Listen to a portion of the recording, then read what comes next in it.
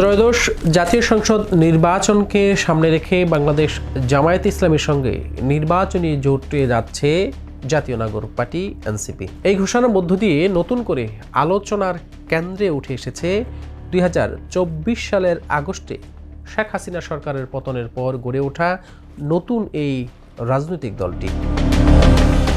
যদিও এনসিপির শীর্ষ নেতারা এটিকে কেবল একটি নির্বাচনী সমঝোতা বলে দাবি করছেন, বাস্তবে বিষয়টি নিয়ে সামাজিক যোগাযোগ মাধ্যম ও মূলধারার সংবাদ মাধ্যমে শুরু হয়েছে তীব্র বিশ্লেষণ, আলোচনা ও সমালোচনা। এরই মধ্যে এই সিদ্ধান্ত ঘিরে দলটির ভেতরে দেখা দিয়েছে ক্ষোভ ও অসন্তোষ। ফলে একাধিক নেতা দল ছাড়ার ঘোষণা দিয়েছেন, যা এনসিপির অভ্যন্তরীণ সংকটকে আরও দৃশ্যমান করেছে। এখনও স্পষ্ট নয় এনসিপি ও জামাতের মধ্যে ঠিক কোন কোন বিষয়ে সমঝোতা হয়েছে, আসন বন্টন কিভাবে হবে, এনসিপি কতটি আসনে প্রার্থী দেবে, নির্বাচন পরবর্তী রাজনৈতিক অবস্থান কিংবা সরকার গঠনের ক্ষেত্রে কার ভূমিকা কী হবে, এসব প্রশ্নের কোনো সুস্পষ্ট উত্তর এখনও পাওয়া যায়নি। এমনকি জয়ী হলে সরকার গঠনের রূপরেখা বা বিরোধী দলের কাঠামো সম্পর্কেও কোনো পক্ষই বিস্তারিত ব্যাখ্যা দেয়নি। তবে এর মধ্যেই সবচেয়ে বড় প্রশ্ন হয়ে দাঁড়িয়েছে, এই সমঝোতা আসলে কে লাভবান হবে, এনসিপি নাকি জামায়াত ইসলামী, নাকি এই সিদ্ধান্ত এনসিপির ভবিষ্যৎ রাজনীতিকেই নতুন এক অনিশ্চয়তার দিকে ঠেলে দিবে। আজকের পর্বে আমরা সেটাই বুঝবার চেষ্টা করব। দর্শক, আপনাদের সঙ্গে আছি আমি গিয়াসউদ্দিন, শেষ পর্যন্ত আমাদের সাথেই থাকুন। জামায়াতের সঙ্গে নির্বাচনী জোটের আনুষ্ঠানিক ঘোষণার পর সংবাদ সম্মেলনে এনসিপির আহ্বায়ক নাহিদ ইসলাম জানান, ইনকিলাব মঞ্চের মুখপাত্র শরীফ ওসমান হাদির হত্যাকাণ্ড এবং পরিবর্তিত রাজনৈতিক বাস্তবতায় তারা জামায়াত ইসলামী সহ সমমনা 8 দলের সঙ্গে নির্বাচনী সমঝোতায় পৌঁছেছেন। তিনি বলেন, এই পরিবর্তিত প্রেক্ষাপটে আমাদের মনে হয়েছে এই নির্বাচনকে সুষ্ঠু ও প্রতিযোগিতামূলক করতে এবং যাতে কোনো আধিপত্যবাদী শক্তি গণঅভ্যুত্থান পরবর্তী অগ্রযাত্রাকে বাধাগ্রস্ত করতে না পারে, সেজন্য একটি বৃহত্তর ঐক্য প্রয়োজন। অন্যদিকে জামায়াত ইসলামীর আমির ডাক্তার শফিকুর রহমান এই জোটকে আখ্যা দিয়েছেন দেশ গঠনের জোট, নির্বাচনের জোট এবং রাজনৈতিক জোট হিসেবে। তিনি বলেন, জোট হোক বা সমঝোতা, এর লক্ষ্য হবে সব দিক থেকে একটি সামগ্রিক রাজনৈতিক উদ্দেশ্য পূরণ করা। তার মতে এই 11 দলীয় জোটে ন্যায্যতার ভিত্তিতে আসন বন্টন করা হবে। ফলে বাস্তবে কোন দল কতটি আসনে প্রার্থী দিবে তা মনোনয়নপত্র প্রত্যাহারের দিন পর্যন্ত অপেক্ষা করতে হবে। ফেব্রুয়ারিতে ঢাকায় আনুষ্ঠানিকভাবে আত্মপ্রকাশের পর এনসিপি নিজেদেরকে মধ্যপন্থী রাজনীতির কথা বলেছিল, কিন্তু শুরু থেকেই দলটির নেতৃত্বের একটি অংশকে জামায়াতের বি বা সি টিম হিসেবে আখ্যা দেন সমালোচকরা। যদিও সাবেক তথ্য উপদেষ্টা মাহফুজুল আলম, আহ্বায়ক নাহিদ ইসলাম সহ কয়েকজন নেতা বিভিন্ন সময়ে প্রকাশ্যে ও পরোক্ষভাবে জামায়াতের সমালোচনা করেছেন।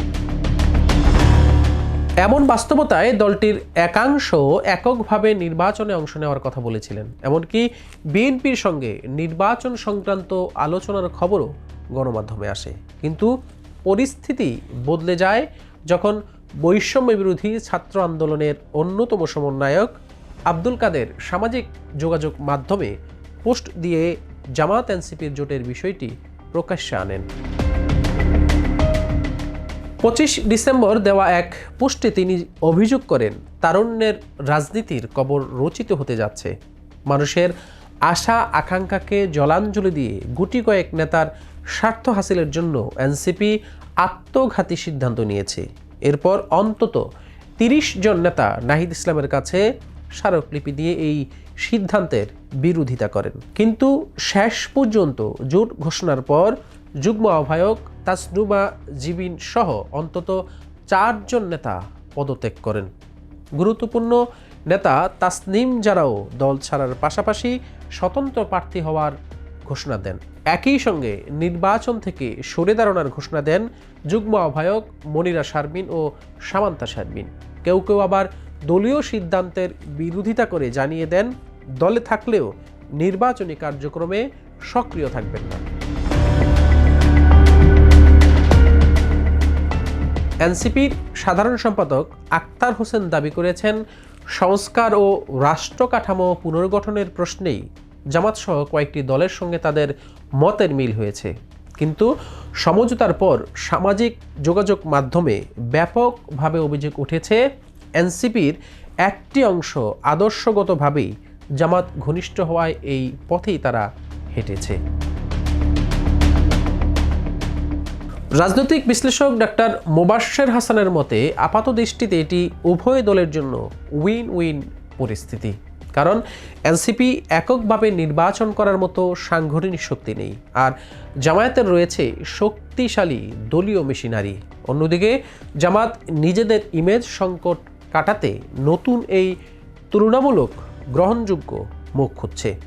অধ্যাপক শামীম রেজার বিশ্লেষণে উঠেছে, এনসিপিকে জোটে এনে জামাতেই কিছুটা বেশি লাভবান হয়েছে, কারণ এনসিপির ভাবমূর্তি জামাতের বাহিরের ভোট টানতে সহায়ক ভূমিকা পালন করবে। তবে তিনি সতর্ক করে বলেন, জোটের কারণে এনসিপি এখন নতুন করে বিশ্বাসযোগ্যতার সংকটে পড়েছে।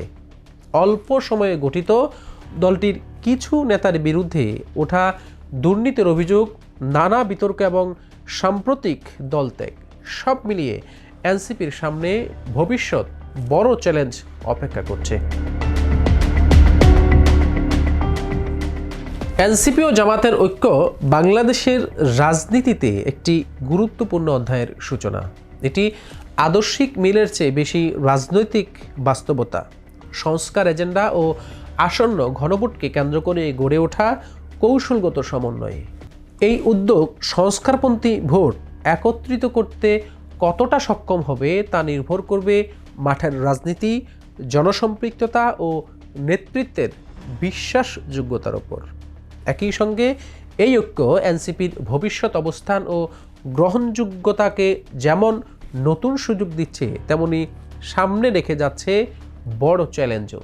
সময়ই বলে দিবে এই সমঝোতা রাজনৈতিক ইতিহাসের পরিবর্তনের দাগ ফেলতে পারবে নাকি কেবল একটি ক্ষণস্থায়ী হিসাব নিকাশেই রয়ে থাকবে। দর্শক, আজকে এ পর্যন্তই। আগামীতে অন্য কোনো বিশ্লেষণ নিয়ে আবারও দেখা হবে। সে পর্যন্ত ভালো থাকবেন, সুস্থ থাকবেন। আল্লাহ হাফেজ।